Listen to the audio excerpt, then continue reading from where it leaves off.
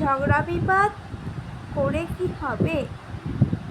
তুমি ক্ষণিকের জন্য এসেছো, ক্ষণিক পরেই যখন তোমার ডাক আসবে তোমাকে চলে যেতে হবে। আমরা 84 লক্ষ জনম পার করে এই ধরাধামে এসেছি শুধুমাত্রই কৃষ্ণ ভজন করার জন্য।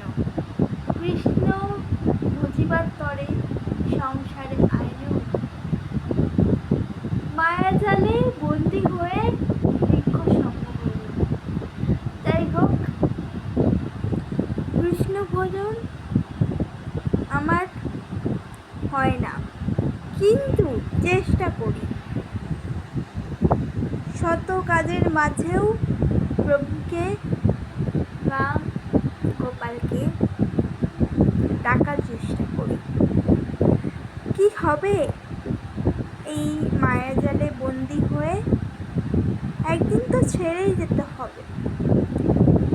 সমস্ত বাড়িঘর তোমার কি আছে, তোমার কি ছিল, তোমাকে সেখানে গিয়ে হিসাব দিতে হবে। কতটুকু আমার হরির নাম করেছ, কতটুকু আমার কৃষ্ণ নাম করেছ, কতটুকু পুজো আচ্ছা করেছ, তোমাকে ওখানে গিয়ে জবাব দিতে হবে। দেখো, এখন নয়, তুমি আনন্দ করছো, যখন মৃত্যুর সময় আসবে তখন তার কাছে যে জবাবদিহি করতে হবে যে তুমি কি করেছো আমার জন্য।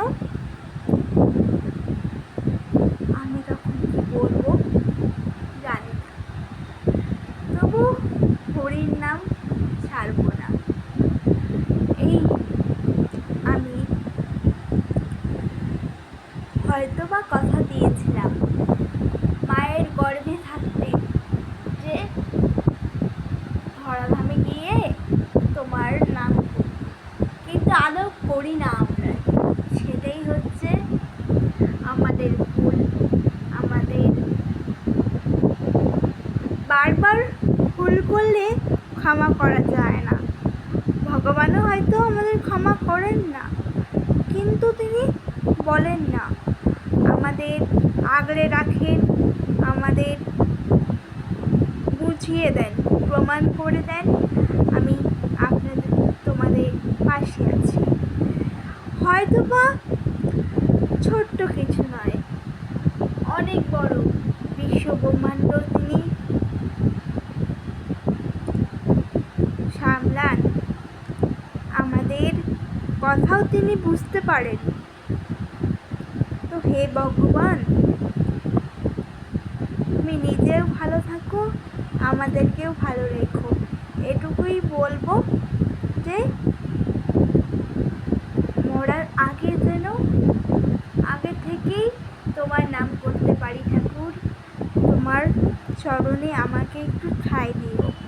এটুকুই বলার, আর কিছু চাই না। প্রভু, আমার সব তুমি দিয়েছো, বাড়ি দিয়েছো, বাবা মা দিয়েছো, সুন্দর একটা পরিবার দিয়েছো, ভাই দিয়েছো, সমস্ত কিছু দিয়েছো।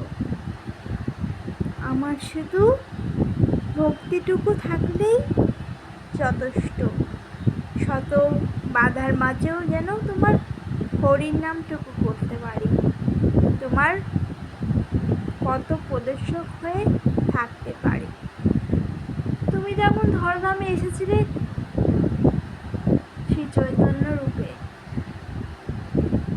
আবার মীরাবাইয়ের মতো তোমার অসংখ্য ভক্ত আছে। আমি হয়তো মীরাবাই হতে পারবো না, বা আমি হয়তো ক্ষুদ্র একটি